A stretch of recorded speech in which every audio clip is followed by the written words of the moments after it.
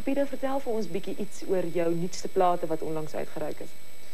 Christine, daar is natuurlijk hierdie langspeelplaat, Want ek is lief vir jou. En die solo 7 van hierdie plaat is 'n liedjie met die naam Miskien. En ons gaan hom nou seker hoor. En dan is daar natuurlijk ook ek en Cora Marie se nuwe langspeelplaat, dis Country and Harmony volume 2. En ek is baie gelukkig om te kan sê, weet, daar's 2 liedjies op die plaat wat vir ons verskriklik goed gedoen het. Watter liedjies?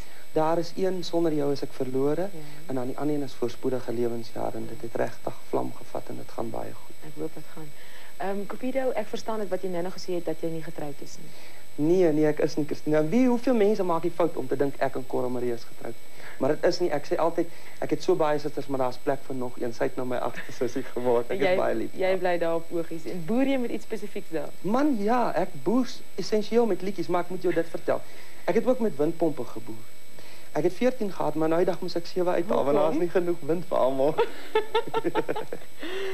Cupido, jy sing nou self Afrikaanse country musiek. Wat dink jy is die toekoms daarvan? Wat gaan die paadjie wees wat Afrikaanse country gaan doen? Christine, met die genade van bo kan dit net goed gaan. Jy weet, dit is aan my bewys. In so kort tydjie het ek so baie dinge gesien. En die mense is so vir Afrikaanse country, jy weet. Ek meen as jy uitgaan op die platteland, jy gaan toer.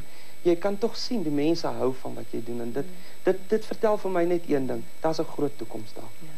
Met die liedjie Miskien wat ons hoop een van jou groot treffers gaan word, groet ons dan ook vir jou vandag. Ek hou duim vas, baie dankie. Totsiens.